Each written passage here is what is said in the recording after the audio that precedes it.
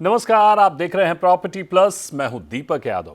हर घर खरीदने वाले शख्स के दिमाग में जो सबसे बड़ा सवाल होता है वो ये है कि घरों की कीमतें कब कम होंगी। तो आपको बता दें कि एक रिपोर्ट ने अनुमान जताया है कि मौजूदा वित्त वर्ष में घरों की कीमतों में नरमी आ सकती है।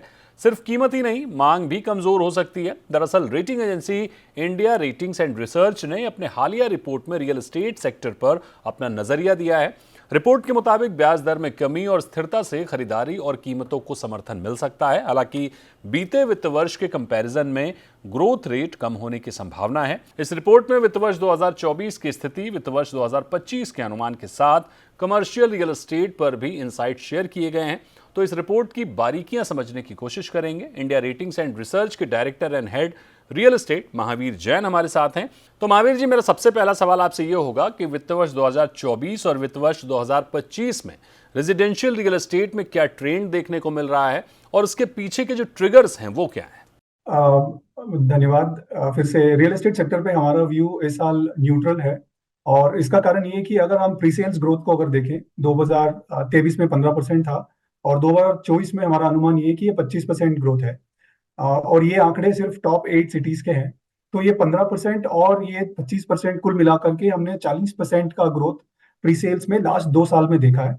तो इसीलिए एक हाई बेस क्रिएट हो गई है और इसके चलते हमको अभी अनुमान ये कि ये जो डबल डिजिट जो ग्रोथ रेट्स थे वो अभी टेपर डाउन होगा। और हमारा अनुमान यही है कि ये 8 से 9% वाले ग्रोथ के लेवल पे फिर से आने की आशंका है। ये जो 8-9% का ग्रोथ इंडिया के लिए डिफिकल्ट नहीं है, भले मैं इसको जीडीपी ग्रोथ रेट से लिंक करूं या भले मैं इसको ग्रॉस फिक्स कैपिटल फॉर्मेशन जिसको हम बोलते हैं उससे मैं लिंक करूं। किसी से भी आप लिंक करो, 8 से 9% का ग्रोथ इंडिया को लॉन्ग टर्म में आना है। तो हालांकि ये हाई बेस क्रिएट हुआ है, मगर हमको लगता है कि हाई बेस होने के बावजूद जिस तरह का मोमेंटम अभी रियल एस्टेट सेक्टर में है, 8 से 9% का प्री सेल्स ग्रोथ फिर भी हमको मिल सकता है। Mahavir ji, segment wise luxury, mid और अफोर्डेबल में क्या स्थिति दिख रही है आपको? बिक्री और नए लॉन्चेस कैसे रहने वाले हैं? अभी जिस तरह से लैंड प्राइस ऊपर गया है और जिस तरह के डेवलपर्स के जो मार्जिन्स जो रिटेन और उनके बढ़ाने की जो कोशिश हमेशा रहती है, तो affordable segment generally low margin रहा है। तो वहां पे हालांकि मार्केट में हम सभी को पढ़ने में सुनने में मिलता है कि अफोर्डेबल में लेस देन 1 करोड़ वाले टिकट साइज में सेल्स स्लो डाउन हो गई है, मगर सेल्स के साथ साथ सप्लाई भी स्लो डाउन हुई है क्योंकि वहां पर मार्जिन कम है। और ये जो मिड प्रीमियम और लग्जरी सेगमेंट की हम जो बात कर रहे हैं वहां पर डिमांड भी अच्छी खासी है और सप्लाई भी अच्छी खासी है। तो यहाँ पे इन्वेंट्री को भी अगर हम देखें, डिमांड और सप्लाई दोनों को, तो लास्ट 2 साल में लॉन्चेस भी काफी अच्छी रही है और जिस तरह से प्री सेल्स का ग्रोथ था उसी मोमेंटम में लॉन्च भी अच्छी रही है। बट उसके बावजूद भी हमको इन्वेंट्री रिस्क नजर नहीं आ रही है। अगर मैं इसको सिटी वाइज ब्रेक डाउन भी करूं तो एमएमआर में थोड़ी सी इन्वेंट्री लेवल ज्यादा है और पुणे और Bangalore, these two markets are best placed in terms of inventory risk. Sir, commercial real estate में कैसा ट्रेंड देख रहे हैं आप? एब्जॉर्प्शन और न्यू लॉन्चेस कैसे रहेंगे? साथ ही रेंट और कीमतों में कितना उतार चढ़ाव दिख रहा है? सो कमर्शियल रियल एस्टेट मार्केट अगर मैं रेजिडेंशियल रियल एस्टेट से कंपेयर करूं तो काफी स्टेबल रहा है। 7 से 8% की जो अब्जॉर्प्शन ग्रोथ है वो मोमेंटम है। तो ओवरऑल जो जिस तरह का जो रेंटल ग्रोथ है उसमें भी हम लोग 7 से 8% का ग्रोथ देख रहे हैं। तो ये जो कमर्शियल रियल एस्टेट की रीट्स हो या कमर्शियल रियल एस्टेट कंपनीज हो, तो उनका रेवेन्यू ग्रोथ हमारा अनुमान है 10 से 12% रह सकती है, both from volume front end rental growth perspective. अगर हम ग्लोबल स्थिति अगर इस समय देखें तो आईटी में हायरिंग और आईटी स्पेंडिंग दोनों कम हो रही है। इन सबको मार्केट में देखो तो इंडिया में जो इन्वेस्टमेंट जो होती है, जो बाहर से जो निवेश आती है, वो बहुत छोटा इन्वेस्टमेंट है। और इंडिया में मतलब ये बहुत ही बड़ा रनवे है कमर्शियल रियल एस्टेट। तो लीज रेंटल ग्रोथ भी हम अच्छा खासा देख रहे हैं, लीजिंग अब्जॉर्प्शन भी हम लोग अच्छा खासा देख रहे हैं। हालांकि ग्लोबल बैकग्राउंड जो है वो थोड़ा सा बिनाइन है। मगर जब भी ग्लोबल में कुछ इश्यू आता है, ग्लोबल इकोनॉमी में इश्यू होता है, वो इंडिया के लिए थोड़े टाइम बाद वो थोड़ा बेटर पीरियड हो जाता है, बिकॉज आपका लो कॉस्ट होने की वजह से यहाँ पे थोड़ी सी डिमांड आती है। और उसके अलावा प्राइस ग्रोथ भी हुआ है, रेंटल ग्रोथ भी इंडिया में हुआ है। बट प्रॉब्लम यहाँ पे नॉन ग्रेड ए में रहेगा। नॉन ग्रेड ए जो स्पेसेस है वहां पर हम लोग वैकेंसीज ज्यादा देख रहे हैं, तो वहां पर रेंटल सबडूड रहेगा। महावीर जी, फ्रैक्शनल ओनरशिप में सेबी के नियम आ चुके हैं, यानी कि रेगुलेशन अब मजबूत है। ऐसे में अब अनुमान लग रहे हैं कि अगले कुछ साल में यह वर्टिकल काफी तेजी से दौड़ता हुआ दिखेगा। आपका क्या अनुमान है? नहीं, बहुत सही है। अगर मैं इंडिया का कमर्शियल रियल एस्टेट मार्केट देखूं और ग्लोबल प्लेयर्स या इवन जो एशिया में जो छोटे प्लेयर्स हैं उनसे कंपेयर करूं तो हमारा मार्केट बहुत छोटा है। और मतलब यहाँ पे जैसे मैं बोल रहा था, रनवे बहुत काफी अच्छी है। और बहुत सारे जो प्रॉपर्टीज है जो अनलेवर्ड है in terms of its usages, जहाँ पर एसेट स्वेटिंग नहीं हो रही है फॉर वेरियस रीजंस, बिकॉज आज एक कमर्शियल रियल एस्टेट को मैनेज करना एक कोई अगर नॉन इंस्टीट्यूशनल एंटिटी है उनके लिए बहुत मुश्किल है। तो ये एसएम रीट जो नया जो रीट सेबी ने जिसका रेगुलेशन अभी हुआ है, तो ये जो रीट है जो ये ऐसे वाले जो प्रॉपर्टीज है, स्टैंड अलोन जो प्रॉपर्टीज है, वहां पर आपको कोवर्किंग स्पेस या उसको कोई पूल करके कोई इंस्टीट्यूशनल वैसे वाले स्पेस को चलाए, तो वहां पर रेंटल्स पे भी हमको एक कंट्रोल आता हुआ नजर आएगा, और उसके वजह से सप्लाई भी मार्केट में बनी रहेगी। तो ये काफी अच्छा सेबी का एसएम रीट ला करके काफी अच्छा मूव रहा है। सर, मौजूदा मोमेंटम को देखते हुए घर खरीदारों को क्या ध्यान रखने की जरूरत है? सो अब हमारा एक्सपर्टीज लार्जली क्रेडिट रेटिंग्स पे है। तो टीयर वन डेवलपर्स को अगर हम देखें तो उनकी बैलेंस शीट्स अभी स्ट्रांग है। तो अंडर कंस्ट्रक्शन में जो प्री रेरा जो रिस्क हुआ करता था, तो वो रिस्क थोड़ा टीयर वन डेवलपर्स में कम है। But tier two developers last 2 साल से जिस तरह की तेजी रही है मार्केट में, हालांकि उनकी भी बैलेंस शीट्स वगैरह इंप्रूव हुई है, वहां पर भी प्री सेल्स का ग्रोथ हमको देखने को मिला है। मगर कुछ एक पॉकेट्स में जैसे मैं बोल रहा था कि लग्जरी में थोड़ी सी इन्वेंट्री रिस्क है, और अक्रॉस द बोर्ड हमको थोड़ा सा एक्सिक्यूशन रिस्क नजर आ रहा है, और लैंड प्राइसेस भी काफी हाई है। तो आप जब डेवलपर को चुन रहे हो तो काफी आप ड्यू डिलिजेंस करके डेवलपर को चुने, क्रेडिट रेटिंग्स को आप डेवलपर्स की क्रेडिट रेटिंग्स का मूवमेंट को आप देखें। वैसे वाले कमेंट्स में कर सकता हूँ, but overall asset class investment वाला एडवाइजरी हमारी एक्सपर्टीज नहीं है। ओके, तो मोटे तौर पर रियल्टी सेक्टर का मूड ठीक दिख रहा है। हालांकि अगर कंपैरिजन बीते साल से करेंगे तो इस साल थोड़ी नरमी दिख सकती है, लेकिन ओवरऑल बिक्री और नए लॉन्च को लेकर अच्छे संकेत दिख रहे हैं। बहुत शुक्रिया करेंगे सर आपका हमारे साथ जुड़ने के लिए, और बढ़ते हैं अगली खबर की ओर। फ्रैक्शनल ओनरशिप इन दिनों रियल एस्टेट निवेशकों के लिए हॉट टॉपिक बना हुआ है। सेबी से एसएम रीट के तहत रेगुलेट होने के बाद इस पर चर्चा और भी तेज हो गई है। रियल्टी सेक्टर में तेजी से पांव पसारते इस वर्टिकल का बाजार 2025 तक करीब 9 अरब यूएस डॉलर का होने की उम्मीद है। ऐसे में वाइजेक्स, जो कि एक फ्रैक्शनल ओनरशिप प्लेटफॉर्म है, उसने हाई नेटवर्थ इंडिविजुअल्स यानी एचएनआईज के बीच एक सर्वे कराया, जिसमें अरबपति निवेशकों का रुझान अब फ्रैक्शनल ओनरशिप की ओर बढ़ता हुआ नजर आ रहा है। तो इस पूरे सर्वे की बारीकियों को समझने की कोशिश करेंगे। हमारे साथ वाइजेक्स के सीईओ हैं आर्यमन वीर। आर्यमन, बहुत स्वागत है आपका जी बिजनेस पर। मेरा पहला सवाल आपसे ये होगा कि सर्वे का उद्देश्य क्या था, कितने लोगों ने इसमें भाग लिया, और फाइनली इस सर्वे से क्या कुछ निकल कर आया? जी बिल्कुल। तो इस सर्वे का मेन पर्पस ये था एचएनआई इन्वेस्टरों से समझना कि उनका पर्सपेक्टिव क्या है टुवर्ड्स रियल एस्टेट इन्वेस्टमेंट्स। वो अपने पोर्टफोलियो में से एलोकेशन कैसे डिसाइड करते हैं कि कितना इक्विटी में इन्वेस्ट होगा, कितना रियल एस्टेट में इन्वेस्ट होगा, और उनका जो परसेप्शन है पूरे रियल एस्टेट इंडस्ट्री का वो कैसे इवॉल्व हुआ है। क्योंकि जो आप देखोगे, टेक्नोलॉजी जब से रियल एस्टेट इन्वेस्टमेंट्स में डिसरप्शन कर रही है, तब से इन्वेस्टर का सेंटिमेंट भी धीरे धीरे चेंज हो रहा है। तो रिसेंटली अभी सेबी का एक रेगुलेशन भी आया है थ्रू विच फ्रैक्शनल ओनरशिप एक रेगुलेटेड फॉर्मेट में आ रहा है। तो जो आपके एचएनआई इन्वेस्टर्स हैं उनका भी कॉन्फिडेंस धीरे धीरे इस पूरे स्पेस में बढ़ रहा है, और अब हमें वो काफी हद तक दिख भी रहा है। जैसा कि आपने अपने सर्वे में बताया है कि ज़्यादातर एचएनआईज को फ्रैक्शनल ओनरशिप के जो मॉडल है उसको वो पसंद कर रहे हैं। मौजूदा वक्त में एचएनआईज का निवेश कितना है और भविष्य में कितना निवेश बढ़ने की उम्मीद है? जी, तो देखो, fractional ownership as a concept India में ज्यादा पुराना है भी नहीं, 3-4 साल से चल रहा है। काफी ग्रोथ जो फ्रैक्शनल ओनरशिप में आई है वो पिछले 1 या 2 साल में आई है। अब आने वाले सालों में काफी हद तक हम इसका ग्रोथ देखेंगे। सेबी ने आके एक नया फ्रेमवर्क भी प्रपोज किया है, जिससे पूरा इंडस्ट्री का जो ग्रोथ है वो काफी हद तक एक्सेलरेट होगा। अभी जो पूरी इंडस्ट्री साइज है वो 3 से 4 हजार करोड़ की होगी, एंड ये पूरा इंडस्ट्री पिछले 2-3 साल में ही बना है। तो अगर हम अगले कुछ सालों देखें तो 10,000-15,000 करोड़ काफी अचीवेबल है अगले 1 से 2 साल में पूरे इंडस्ट्री के लिए। आर्यमन, सिटी वाइज अगर हम देखें तो फ्रैक्शनल ओनरशिप की जो मार्केट है वो ज़्यादातर बेंगलुरु में देखने को मिल रहा है। 31% लोगों की पसंद है। पुणे और मुंबई में भी काफ़ी हम कह सकते हैं कि हॉट मार्केट है। आने वाले समय में किन शहरों में फ्रैक्शनल ओनरशिप का दायरा बढ़ता हुआ दिखेगा?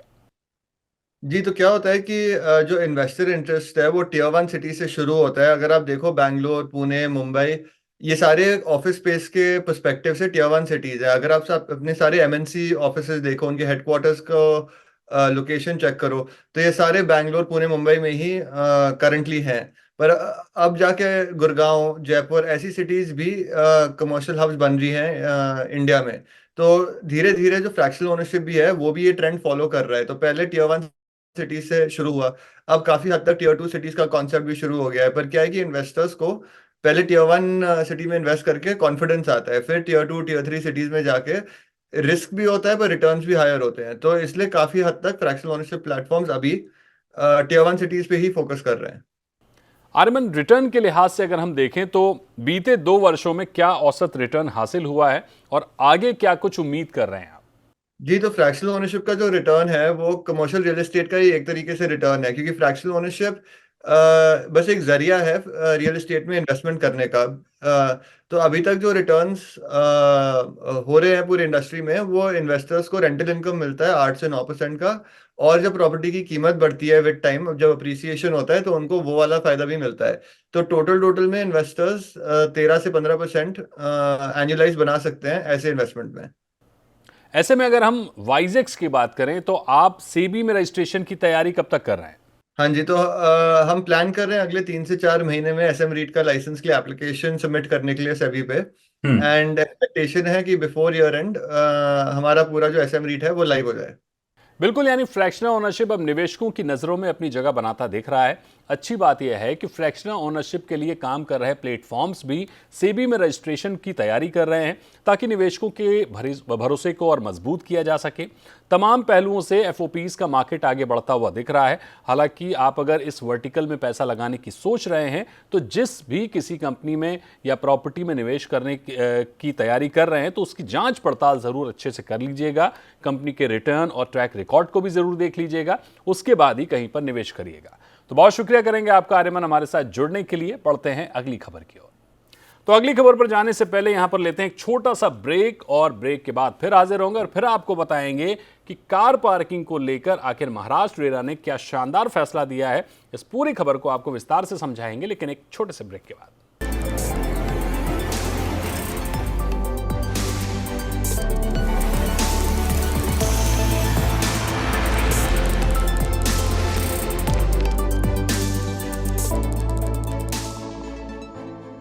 वेलकम बैक, आप देख रहे हैं प्रॉपर्टी प्लस और आज प्रॉपर्टी प्लस में हम बात कर रहे हैं तमाम खबरों की। हमने बात की वाइजेक्स की रिपोर्ट की, फ्रैक्शनल ओनरशिप के मार्केट की और इंडिया रेटिंग्स से क्या कुछ डेटा निकल कर आया है उसकी बात की। और अब बढ़ते हैं कुछ अन्य अहम खबरों की। Maharashtra real estate regulatory authority ने उन डेवलपर्स के खिलाफ बेहद सख्त कदम उठाया है जो रेरा कंप्लायंस को हल्के में ले रहे थे या कहें कि रेरा को नजरअंदाज कर रहे थे। महारेरा ने राज्य के 212 हाउसिंग प्रोजेक्ट को सस्पेंड कर दिया है। ये वो प्रोजेक्ट हैं जिन्होंने प्रोजेक्ट का कंस्ट्रक्शन स्टेटस और तिमाही अपडेट रिपोर्ट को रेरा में सबमिट नहीं किया था। जिन प्रोजेक्ट पर एक्शन लिया गया है ये वो प्रोजेक्ट हैं जो जनवरी से अप्रैल 2023 के बीच लॉन्च हुए थे, रजिस्टर हुए थे। आपको पूरा मामला समझाते हैं। दरअसल रेरा कानून के सेक्शन 11 के तहत प्रमोटर की ड्यूटी और फंक्शन को डिफाइन किया गया है। इसके मुताबिक बिल्डर को हर तीसरे महीने प्रोजेक्ट की प्रोग्रेस रिपोर्ट रेरा को सौंपना अनिवार्य है।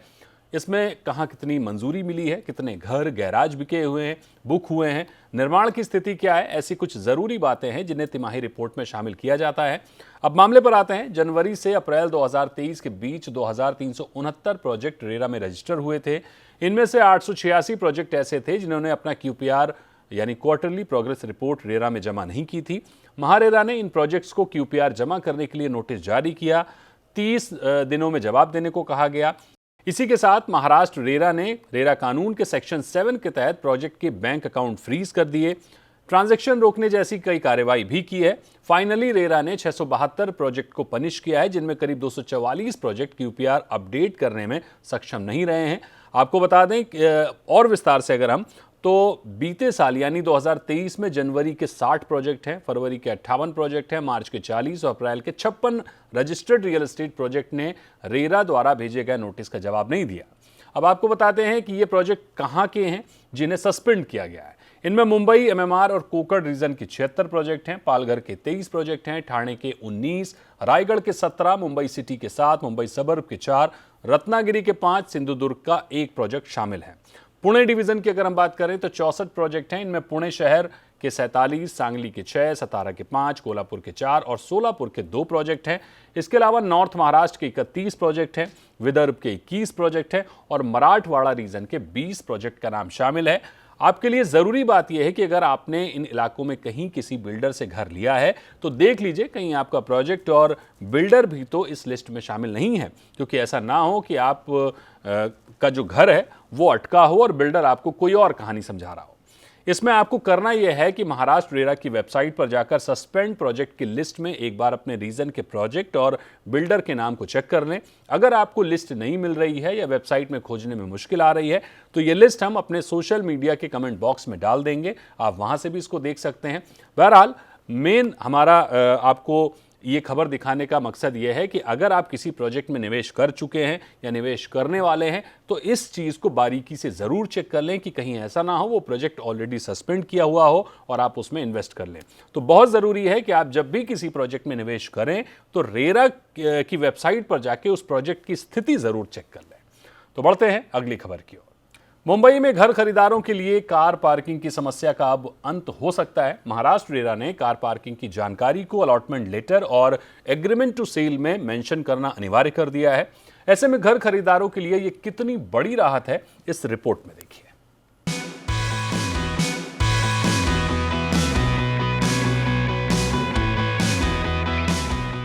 ये समस्या मुंबई ही नहीं लगभग पूरे देश के रियल एस्टेट में देखने को मिलती है। जब आप घर खरीदते हैं तो बिल्डर पार्किंग खरीदने की पेशकश करता है। पार्किंग के नाम पर अनाप शनाप रकम वसूली जाती है, फिर गाड़ी के आकार के मुताबिक और मनपसंद पार्किंग भी नहीं मिलती और नतीजा ये कि अक्सर सोसाइटीज में कार की पार्किंग को लेकर विवाद देखने को मिलते हैं। इसके अलावा घर खरीदार खुद को ठगा महसूस करते हैं, सो अलग। तो होता यह है कि जब आप कोई घर खरीदते हैं और साथ में पार्किंग भी खरीदते हैं तो घर खरीदते वक्त आपको पता नहीं होता कि आपकी जो पार्किंग है वो इमारत में कहाँ पर लोकेटेड होगी, किस जगह पर होगी, किस ब्लॉक में होगी, उसका नंबर क्या होगा, कितनी लंबी और चौड़ी पार्किंग होगी, उसकी ऊंचाई कितनी होगी, कहीं पार्किंग में कोई कॉलम या पिलर तो नहीं है। ये सारी समस्याएं आती हैं जब आपके पास पार्किंग की डिटेल नहीं होती है। ऐसे में प्रॉब्लम क्या आती है, फाइनली जब आपको पार्किंग मिलती है तो ऐसी ही कुछ समस्याओं से आप जूझते हैं और उसके बाद आप महज कार पार्किंग करने और कार निकालने जैसे मामूली काम को लेकर स्ट्रेस में रहते हैं। कार पार्किंग की समस्या से जूझते ठगे घर खरीदार रेरा एवं अन्य न्यायालयों का दरवाजा खटखटाते हैं। ऐसे में महाराष्ट्र रेरा ने इसका हल निकालने की कोशिश की है ताकि घर खरीदारों को कार पार्किंग को लेकर दुविधा न रहे। महारेरा ने दिसंबर 2022 में जारी मॉडल एग्रीमेंट फॉर सेल में force majeure, काफेटेरिया, defect liability period और ट्रांसफर एग्रीमेंट का जिक्र बिक्री के हर एग्रीमेंट में अनिवार्य किया था। अब एक अन्य पहलू में कार पार्किंग को नॉन नेगोशिएबल बना दिया गया है, यानी इसका मतलब ये होगा कि फ्लैट के रजिस्ट्रेशन के बाद डेवलपर को अलॉटमेंट लेटर एवं एग्रीमेंट टू सेल में कार पार्किंग की पूरी जानकारी देना अनिवार्य होगा। मसलन covered, open, mechanised car parking की डिटेल देनी होगी। कार पार्किंग का नंबर, लंबाई, चौड़ाई, ऊंचाई, ब्लॉक समेत पूरी जानकारी अलॉटमेंट लेटर और एग्रीमेंट टू सेल में देनी होगी। तो सिर्फ अलॉटमेंट लेटर या एग्रीमेंट टू सेल में लिख देना भर काफी नहीं होगा, बल्कि अगर सहमति हुई ग्राहक की भी, यानी घर खरीदार की सहमति के बावजूद किसी तरह के बदलाव को महाराष्ट्र रेरा अब स्वीकार नहीं करेगा। इसमें जो सबसे बड़ी बात होगी वो ये होगी कि जब पार्किंग का डेटा होगा, पार्किंग की डिटेल होगी, तो एग्रीमेंट टू सेल में पता होगा कि कितनी पार्किंग बेची गई है। ऐसे में बिल्डर अनाप शनाप पैसे नहीं वसूल पाएंगे, मोटी रकम नहीं वसूल पाएंगे और सबसे बड़ी बात कि जो कैश ट्रांजैक्शन पार्किंग के नाम पर चलता है उस पर भी लगाम लगेगी। गौर करने वाली बात यह है कि मुंबई में पार्किंग की दिक्कतें ट्रैफिक से जाम सड़कें जगजाहिर हैं। मौजूदा समय में मुंबई में 46 लाख से अधिक वाहन रजिस्टर हैं। जानकारों का मानना है कि मुंबई में प्रति 100 वर्ग मीटर पर 2.17 कार पार्किंग की आवश्यकता है और ये तब है जब हर 1000 लोगों पर महज 48 कारें हैं। जैसे जैसे ये संख्या बढ़ेगी स्थिति और भयावह हो सकती है। ऐसे में महारेरा का ये कदम भविष्य में मुंबई की कार पार्किंग समस्या को खत्म करने के लिए एक बेहतर कदम माना जा सकता है। दीपक यादव, जी मीडिया, मुंबई। तो ये था आज का शो, जहां पर हमने कई रियल एस्टेट से जुड़ी अहम खबरों को आप तक पहुंचाने की कोशिश की। आज के शो में फिलहाल इतना ही। अगले शो में हाजिर होंगे रियल एस्टेट जगत की कुछ अन्य खबरों के साथ। तब तक के लिए नमस्कार।